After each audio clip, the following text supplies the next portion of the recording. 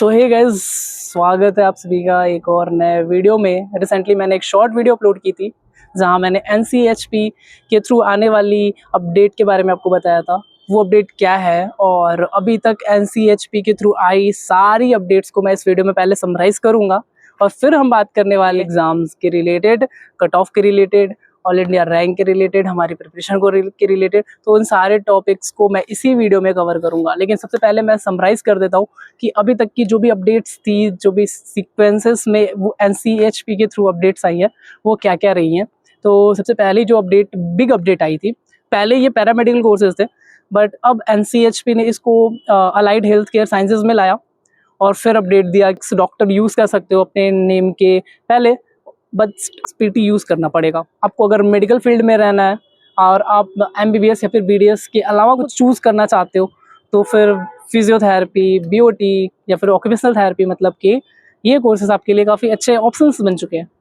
तो एनसीएचपी के थ्रू आने वाली ये अपडेट भी एक तरीके से मेडिकल फील्ड में फिजियोथेरेपी, ऑक्यूपेशनल थेरेपिस्ट के लिए बहुत ही अच्छी चीज़ थी।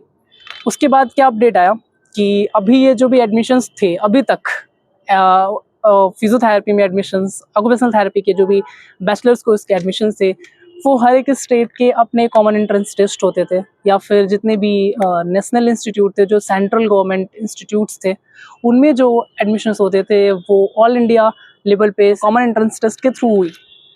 तो अभी एनसीएचपी का अपडेट था कि अब इन कोर्सेस यानी कि फिजियोथेरेपी, ऑक्यूपेशनल थेरेपी के अंदर जो भी एडमिशन्स होने वाले हैं वो नीट यूजी के थ्रू होने वाले हैं। तो 2026 के लिए अभी तक की जो भी अपडेट्स थी वो यही थी। अब हमें नीट अपीयर करना है इन कोर्सेज में एडमिशन के लिए। तो हमारी एक्सपेक्टेड मार्क्स कितने होने चाहिए, कट ऑफ मार्क्स कितने जाने चाहिए, और हमारी ऑल इंडिया रैंक जो हम एम करके चलेंगे वो हमारी क्या होनी चाहिए। तो हम पिछले कुछ ईयर के डाटा को भी एनालाइज करेंगे और आपको इस वीडियो में बताऊंगा कि what will be your expected marks, expected all India rank cut off and all.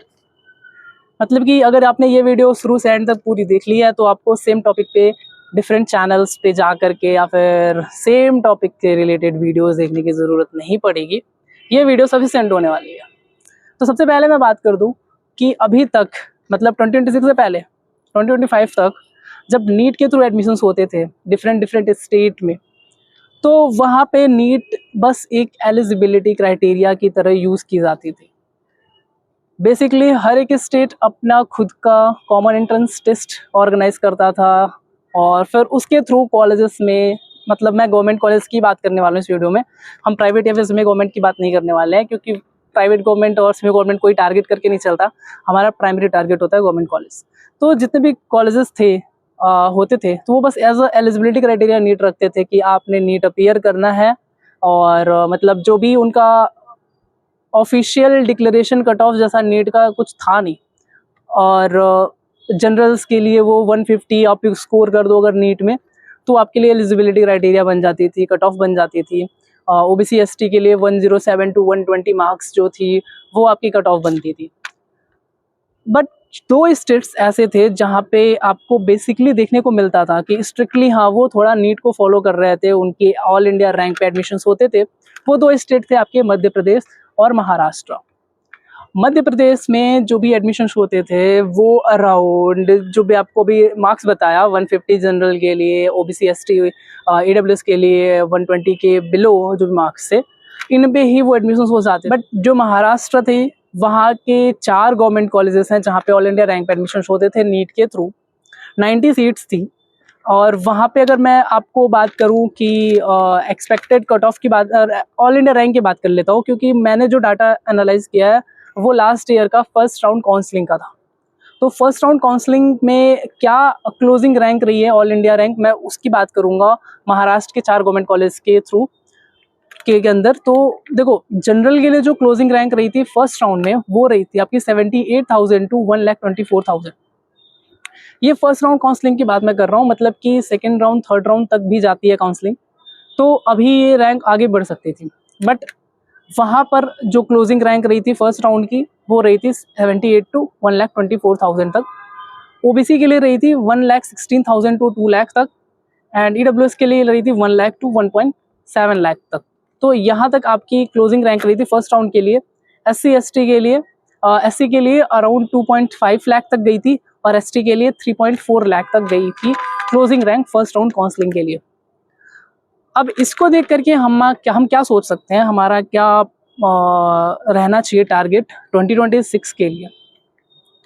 तो देखो अभी ये नई अपडेट है 2026 के लिए, मतलब इससे पहले मैंडेटरी नहीं था नीट के थ्रू एडमिशन्स हर एक कॉलेज में, हर एक गवर्नमेंट कॉलेज में, चाहे वो स्टेट का गवर्नमेंट कॉलेज हो चाहे वो सेंट्रल गवर्नमेंट कॉलेज हो। अब सेंट्रल गवर्नमेंट कॉलेज की मैं बात करता हूँ, तो अगर आप नए हो इस चैनल पे, तो जो सेंट्रल इंस्टीट्यूट्स हैं, मतलब जो सेंट्रल गवर्नमेंट के थ्रू रन किए जा रहे इंस्टीट्यूट हैं BPT BOT के लिए, वो हैं आपकी SA निर्तार कटक उड़ीसा में, NILD कोलकाता में, PDU NIPPD न्यू दिल्ली में, और आपकी चेन्नई और गुवाहाटी में भी कॉलेजेस हैं जिनके नेम इस टाइम मैं रिमेंबर नहीं कर रहा हूँ, तो सॉरी।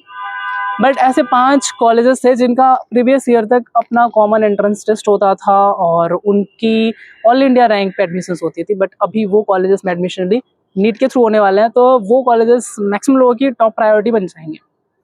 तो अब हमारा जो भी एक्सपेक्टेड इस ऑल इंडिया रैंक में बताना चाहूँगा, क्योंकि एलिजिबिलिटी क्राइटेरिया मार्क्स के रिलेटेड तो बहुत ही कम होती थी लास्ट ईयर तक। तो हम ऑल इंडिया रैंक के हिसाब से अगर बात करें तो आप 1 लाख to 1.5 लाख आप मान के चलो, आप थर्ड राउंड काउंसलिंग तक आप 1.5 to 2 लाख तक भी जा सकता है। ओपन के लिए, जनरल के लिए आपके एडमिशन हो जाएंगी, क्योंकि नई अपडेट है, बहुत सारे कॉलेजेस में एडमिशन अब उसके थ्रू होंगे। तो अब जो नंबर है कैंडिडेट्स का आपके लिए अगेंस्ट में आपके आ जाएंगे और वो कट ऑफ को हाई करेंगे। तो आप 2 लाख तक आप ओपन कैटेगरी के लिए आप एक्सपेक्ट करके चलो, क्योंकि फर्स्ट टाइम है तो एग्जैक्ट नंबर बोलना, गैस करना बहुत ही मुश्किल है। बट मैं महाराष्ट्र कॉलेज की ही रैंक को लेकर के बोलूँगा, क्योंकि वहीं पे प्रॉपर हुआ है एडमिशन। OBC के लिए 2 लाख तक गया था फर्स्ट राउंड क्लोजिंग, तो अगर इसको मैं 3 या 3.5 तक लेके जाऊँ तो 3.5 to 4 लाख आप मान के चलो कि लास्ट कट ऑफ हो सकती है, लास्ट राउंड काउंसलिंग तक जा सकती है AIR। तो आप ये AIR को टारगेट कर सकते हो, क्योंकि लास्ट ईयर तक ऐसा था कि लोग BPT या BOT के लिए ऑप्ट नहीं करते थे, उतने फोकस नहीं थे। तो जो भी एकदम लो रैंक्स थी उन स्टूडेंट्स को मिल जाता था कॉलेजेस, क्योंकि वो फिर सोचते थे कि यार BPT के लिए ही जो जाते थे मेनली उनको मिल जाता था, उनके रैंक कम होते थे तो उनको मिल जाते थे। बट अभी क्या है कि ये चीज़ अभी हाईलाइट हुई है, अभी ये न्यूज़ में आ चुकी है। तो इस बार तो हो सकता है इजी होगा 2026 में, लेकिन 2027 के लिए काफ़ी ज़्यादा मुश्किल होने वाला है आपके लिए।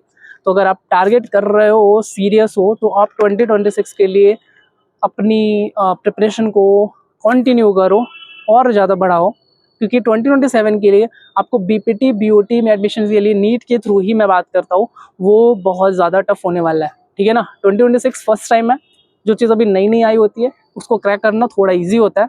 बट आप 2027 में जब वो चीज़ थोड़ी पुरानी हो जाएगी, लोग उसके बारे में जान जाएंगे, तो उसको क्रैक करना थोड़ा मुश्किल होने वाला रहेगा आपके लिए। रैंक हो सकता है आपके लिए मार्क्स कट ऑफ भी इंक्रीज हो जाए। तो फर्स्ट टाइम आया है तो मौका है, कुछ कर लो अगर आप सच में चाहते हो एडमिशन्स लेना। तो मेरी तरफ से यही आपको एडवाइस रहेगा। बाकी अगर कोई और मुझे इन्फॉर्मेशन मिलती है, अपडेट्स आती है, तो मैं आपको इस चैनल पे शेयर करता रहूँगा। तो चैनल को सब्सक्राइब कर लेना, वीडियो पसंद आई तो लाइक कर देना, कोई भी डाउट होगा तो कमेंट्स बॉक्स ओपन है, कमेंट करो और आपके कमेंट पे मैं वीडियो या फिर आपको कमेंट का रिप्लाई दे दूँगा। तब तक के लिए take care, bye bye, see you soon in the next video, bye.